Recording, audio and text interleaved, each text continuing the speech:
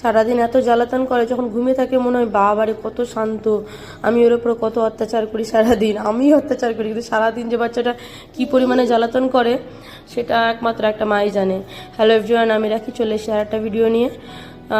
চলো পুরো ভিডিও দেখতে থাকা, আসলে তোমাদের ভালো লাগবে। আর আগের ভিডিওটা দেখে বুঝতে পারলাম তোমরা আমার রান্নার ভিডিও দেখতে বেশি পছন্দ করো।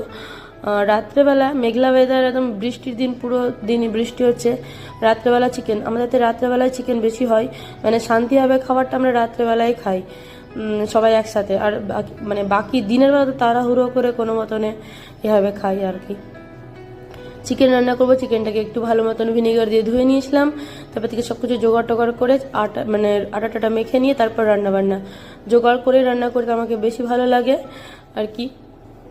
আর রাত্রেবেলা না কখনো রুটিটা কখনো চালের আটার হয়, কখনো গমের আটার, এভাবে মিক্স করে করি। বা গম আর চালের আটা রুটি খেতে ভীষণ ভালো লাগে, কিন্তু নরম হয়ে থাকে একদম।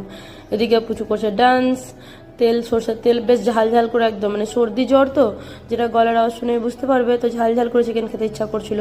তো বেশ অনেকটা তেল দিয়ে পেঁয়াজ কুচি, একটু গোটা রসুন তো অবশ্যই যাবে। আমাদের বাড়ির রান্নাতে না, মাংস রান্নাতে গোটা রসুন যাবে। আর ফোড়নটা আগে দিতে হতো, কিন্তু এলাচ ফাটে, আমাকে ভয় লাগে, তাই জন্য পরে দিই আর কি। আর রুটি ভাজবে, এদিকে দেখো প্রথমে একটু আটা না দেখি শাশুড়িমাকে যে আগে চাটুতে দেয় তারপরে রুটি ভাজে, তো আমিও এভাবে ভাজতে শিখেছি আর কি।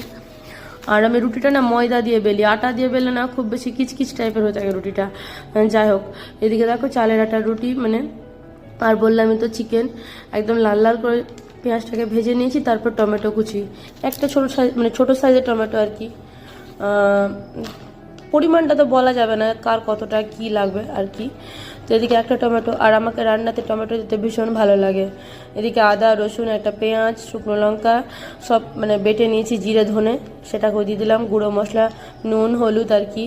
আর বললামই তো জিরে ধনে বেটেছি, তো আর গুঁড়ো মশলা দিলাম না। এদিকে রুটি ভাজছি, এদিকে মাংস কষাচ্ছি আর কি। তারপর দেখো চিকেনটা না একটু ভিনিগার দিয়ে ধুয়ে নিলে বেশ একদম ভালো লাগে আমার। আলুটা আলাদা করে ভাজিনি, কাঁচাই আলু, বেশি আলু দিতাম না, রাত্রেবেলার তো একটাই আলু দিয়েছিলাম, তো ভাবলাম আর ভাজবো না, এর সাথেই দিয়ে দিই।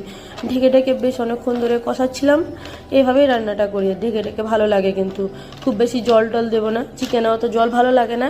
এদিকে রুটি হতে তো আমার চিকেন আরামসে হয়ে গেছে, লাস্টে একটু গরম মশলা দিয়েছিলাম, ব্যাস রেডি।